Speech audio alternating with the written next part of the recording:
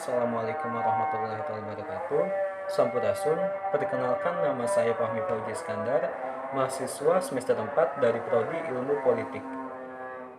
Saya di sini hendak memenuhi tugas bersama dengan kelompok saya, yakni tugas daripada mata kuliah Pemikiran Politik Indonesia, yang mana kali ini kelompok saya mendapatkan materi mengenai emansipasi yang di dalamnya terdapat 3 tokoh sentral, yaitu Lasminingrat, Raden Ajeng Kartini, dan juga Raden Dewi Sartika. Mengenai pengertian emansipasi sendiri yakni pembebasan dari perbudakan, persamaan dalam berbagai aspek kehidupan yang ada di dalam masyarakat. Kata emansipasi sendiri berasal dari bahasa Latin yakni emancipation, yang artinya adalah pembebasan dari tangan kekuasaan. Pada zaman Romawi dahulu kala, istilah ini dipakai terhadap upaya seorang anak yang belum dewasa agar terlepas dari kekuasaan orang tuanya dengan maksud untuk mengangkat derajat atau haknya. Tokoh perjuangan emansipasi wanita yang awal muncul dalam benak kita mungkin yang pertama ialah Raden Ajeng Kartini dari Japara, atau mungkin Dewi Sartika yang berasal dari Bandung. Namun sebelum kedua sosok tersebut lahir, nyatanya ada sosok perempuan yang lebih dahulu berjuang dalam membantu kaum perempuan pada masanya, yakni sosok tersebut adalah Raden Ajeng Lasminingrat, perempuan kelahiran Garut, Jawa Barat, yang mana beliau inilah merupakan tokoh perempuan intelektual pertama di Indonesia berdasarkan buku karangan Dedi Effendi. Beliau ini menjadi sosok perempuan intelektual pertama bukan karena tanpa sebab. Selain karena beliau lahir lebih dahulu dibandingkan Kartini dan Dewi Sartika, yang mana beliau lahir pada tahun 1843, yang usianya sendiri terpaut 36 tahun lebih tua dari Kartini yang lahir pada tanggal 21 April 1879 dan terpaut 41 tahun dari Dewi Sartika yang lahir pada tanggal 4 Desember 1884. Lasminingrat merupakan seorang perempuan yang memerhatikan dunia kepenulisan dan pendidikan bagi kaum perempuan, terkhususnya perempuan Sunda, tempat di mana beliau lahir. Dalam bidang kepenulisan, beliau memiliki kecerdasan dalam bidang sastra yang mana bidang tersebut merupakan bidang yang dikuasai oleh ayahnya, yakni Raden Haji Muhammad Musa. Ayahnya merupakan seorang perintis kesusastraan cetak Sunda, ulama, pengarang, sekaligus tokoh Sunda pada abad ke-19. Namun sedari kecil, Lasminingrat sudah diasuh oleh kawan ayahnya yang merupakan orang Belanda yakni Levison Norman untuk belajar membaca, menulis, dan mempelajari bahasa Belanda. Sehingga pada masa itu bisa dikatakan bahwasanya Lasminingrat merupakan satu-satunya perempuan pribumi yang dapat membaca, menulis, dan berbahasa Sunda. Dalam dunia kepenulisan, beliau menorehkan banyak sekali karya, yakni buku-buku berbahasa Sunda yang ditujukan bagi anak-anak. Di antaranya ada buku yang berjudul Rupa-Rupa Dongeng, cerita Herman hasil daripada terjemahan buku Christoph von Smith, dan lain-lain. Sedang dalam bidang pendidikan, beliau mendirikan sekolah Kautaman Isti pada tahun 1907 dan disahkan oleh pemerintah tahun 1913. Awal mulanya ruangan sekolah tersebut berada di ruang gamelan Pendopo Kabupaten Garut. Mungkin dari kalian banyak yang bertanya-tanya mengapa bisa ruangan tersebut dijadikan sebagai sebuah kelas. Perlu diketahui, Lasminingrat merupakan istri daripada Bupati Garut, yakni Wiratanudatar ke-8. Sekolah yang didirikannya pun mulai berkembang hingga siswanya mencapai angka 200. Oleh sebab itu, dibangunlah lagi 5 kelas tambahan serta cabangnya yang terletak di Wetan Garut, Bayongbong, dan Cikajang. Lasminingrat memiliki hubungan yang sangat erat dengan Dewi Satika, di mana Lasminingrat bisa dikatakan selayaknya seorang ibu bagi Dewi Satika dalam bidang perjuangan pendidikan bagi perempuan. Beliau wafat pada tanggal 10 April di usianya yang ke-105 tahun. Mungkin itu saja yang dapat saya jelaskan. Sekian, wassalamualaikum warahmatullahi wabarakatuh. Warahmatullahi wabarakatuh. Saya Aditya Irawan dari kelompok 2 di sini akan melanjutkan materi yang telah dijelaskan sebelumnya oleh teman saya. Nah, pada kali ini saya akan membahas satu tokoh, yaitu R.A.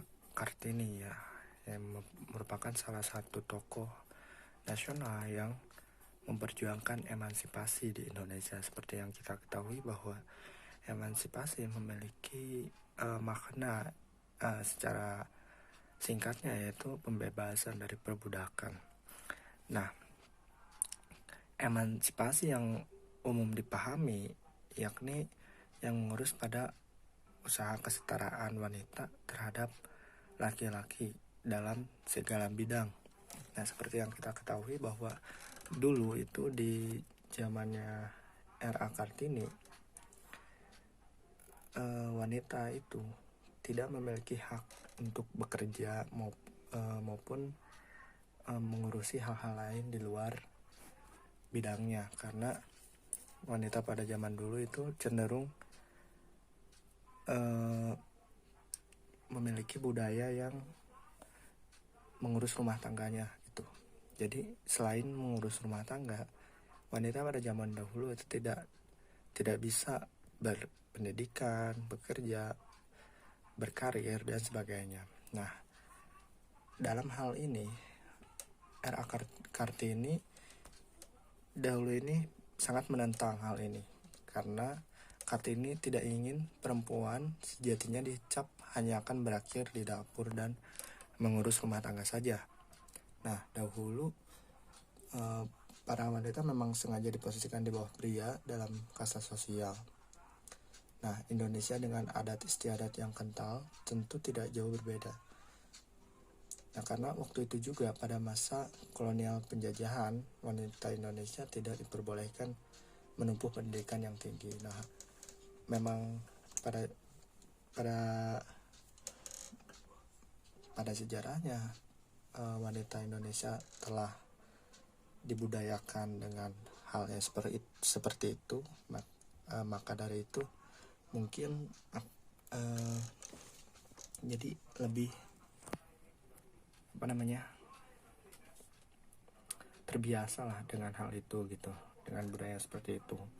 Bahkan sesuatu hal yang tabu jika wanita berpendidikan dan seperti itu. Nah,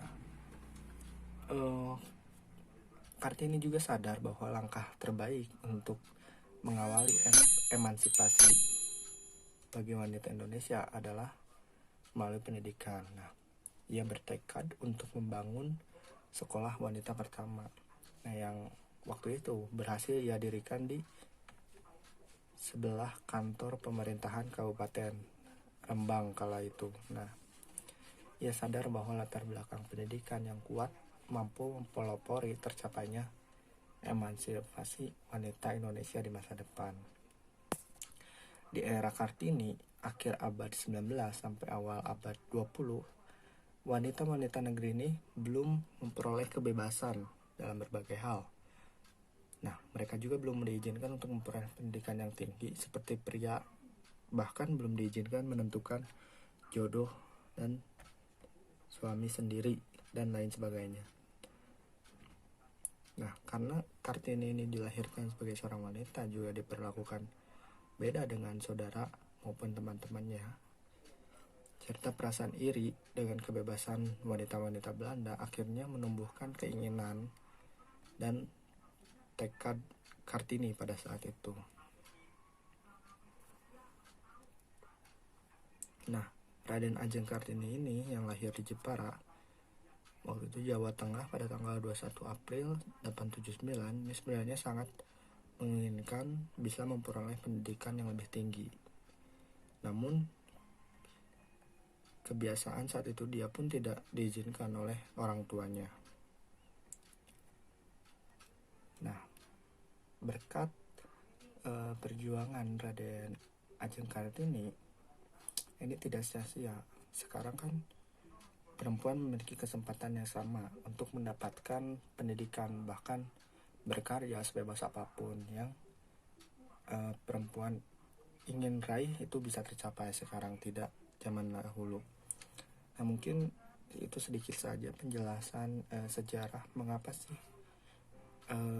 Raden Ajeng Kartini ini sangat memperjuangkan emansipasi pada waktu itu.